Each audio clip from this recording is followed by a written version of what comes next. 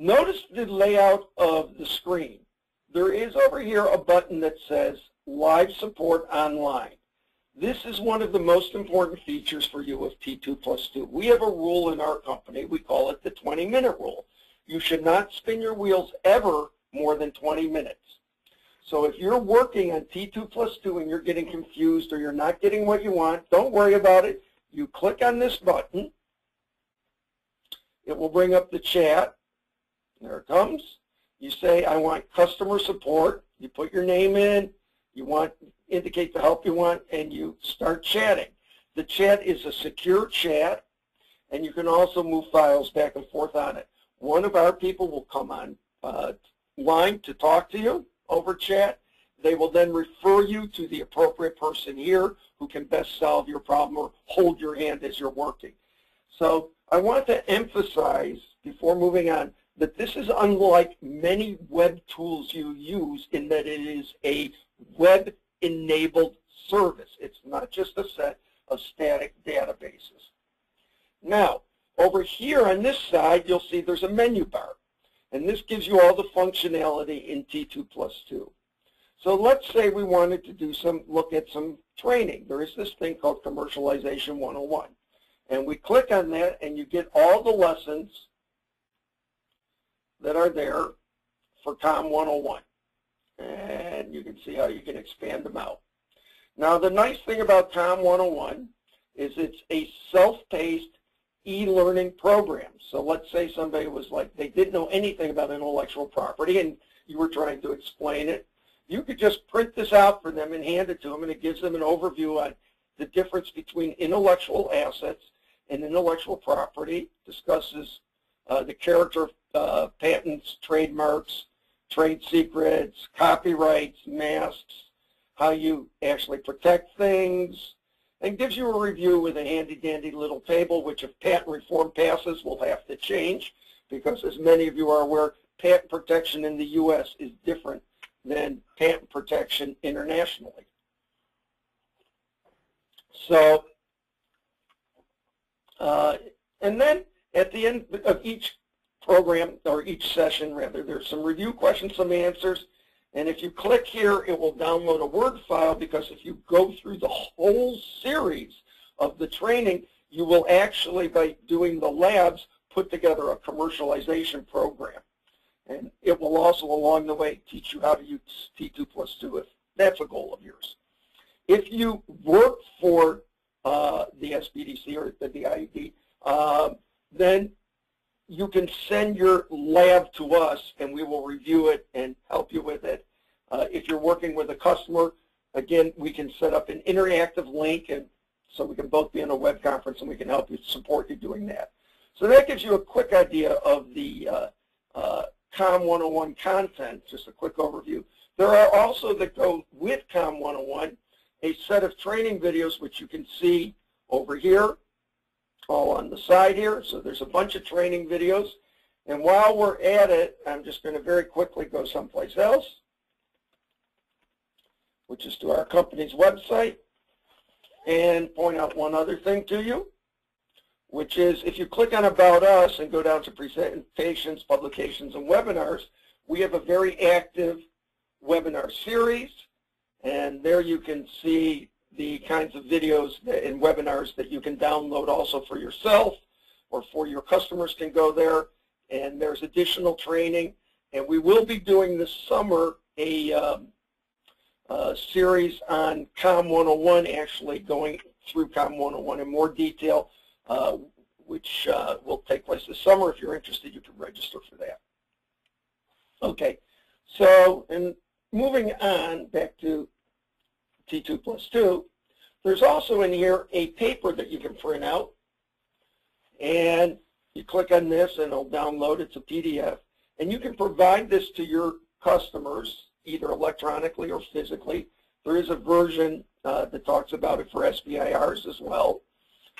We can provide for you, and this enables the small company to have something to hand to all of their researchers that explains what their staff needs to know about commercialization.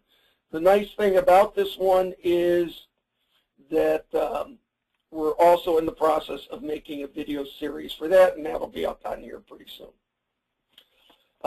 Now, that gives you some idea on the kinds of training material that's in here. Once somebody starts working, we also have a series of templates available for them. And you can see, here's the list of the templates that's available. I'll just briefly describe what they are, and then I'll show you where the examples are. So you can do a commercialization plan, which is you're developing a company, you want to figure out how you're going to go to market in the company. That's what that commercialization plan does. It's basically the guts of a business plan. If you're just starting out and you're trying to figure out, should I pursue a patent or other protection for this idea? Is the idea even worth pursuing? Writing a proposal either to the state government, the federal government, a foundation, or some other funding source. That's what the go, no go is for. It's a weeding tool. There are also a quick look. The quick look allows you to look at 3 or 4 markets in more detail and decide whether I have a technology that is suitable for licensing or spinning up a company. And then we go down. Notice there's also some individual tables here. The individual tables mean you can just print them out if you want to just do a specific item. I'll just click on this real quick so you can see. So it's pretty much you're doing interviews or you're trying to figure out a market size, and it's just a way to collect some data on those. And then the TNA is for a deep dive into a technology. It focuses down on the initial market for entry. So you're saying, I'm not trying to write a commercialization plan and figure out everything I need to do to get venture capital. This is, I'm trying to get this product to market, and I need to dive deep enough to understand exactly how to do that, how to partner up, who's my customer, and those kinds of things, and how to launch it, and what are my launch tactics. Now, when you go to use these, we don't expect you to know everything there is to know about them, so we give you a couple of things to help you. The first is there's a set of samples. So let's say you want to do a go, no go, you're just weeding. And you can see there's a completed sample so you can see what it's supposed to look like. You'll notice in these that there are both tables and free text. So if you are working with student teams or your customer has trouble understanding what should be kept confidential and what should not, this is a very useful tool because everything in the table needs a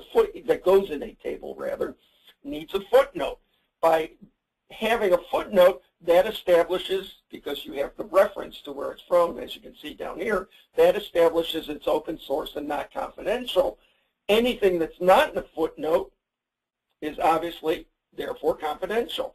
And when you come up to the description of the technology, you always have to be able to say something about your technology in order to talk to people about it. So the footnote here, or what goes in this table, might be footnoted to the entrepreneur themselves. This is the kind of thing they should run past a lawyer if they don't know what they're doing, or if you have people on your staff who are expert at this kind of stuff, they would run it past them. Okay, so we do have these samples that you can look at. And then in addition to the samples, there are help files. So let's look at a different area. This is a technology niche analysis, much more complicated report. Notice there are, for each section, there are broken up for every table you have to complete. There's what goes in the table. So let's look at what we would do. So this tells you what we need to do to talk to experts and end users, and then we get an example of a filled out table. The discussion, this is the discussion part of that. Rather, this must be the table up here. So here's the table part. So for each part of the report, as you can see, there is specific information that you get with examples.